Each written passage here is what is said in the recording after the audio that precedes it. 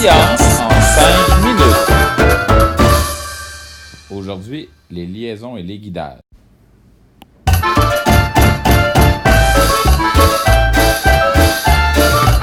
La science en 5 minutes. Aujourd'hui, la dissociation électrolytique. Alors, la dissociation électrolytique, c'est un synonyme de séparer quelque chose en ions. Et pour être capable de faire de la dissociation électrolytique, une substance doit absolument être acide, basique ou neutre.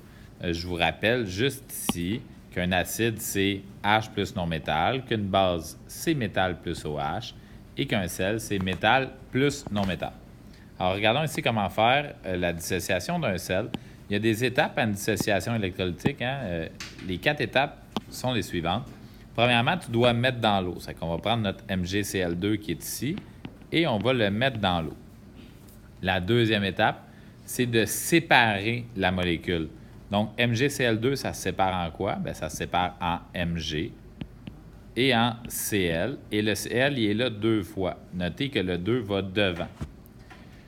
La troisième étape, c'est de trouver les charges. Si on regarde notre tableau périodique, le Mg devient systématiquement 2+. Et si on regarde dans le tableau périodique, le Cl devient systématiquement moins. Et la dernière étape, c'est d'ajouter que elles sont dans l'eau, donc elles sont aqueuses. Faisons la même chose rapidement avec un acide. Prenons le HI. Première étape, je mets dans l'eau. Deuxième étape, je sépare. Ça me donne H et I.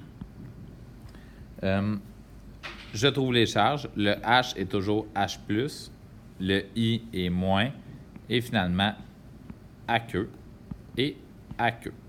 J'ai trouvé les charges, évidemment, en regardant le tableau périodique. À noter que quand vous séparez un acide, systématiquement, vous allez avoir H+ en premier. Et après ça, le non-métal, ce sera toujours H+. Ça se peut qu'il y ait un chiffre devant, ça, c'est pas grave, mais tu auras toujours H+ aqueux. Et la base, finalement, même chose. Je mets dans l'eau et je sépare Na.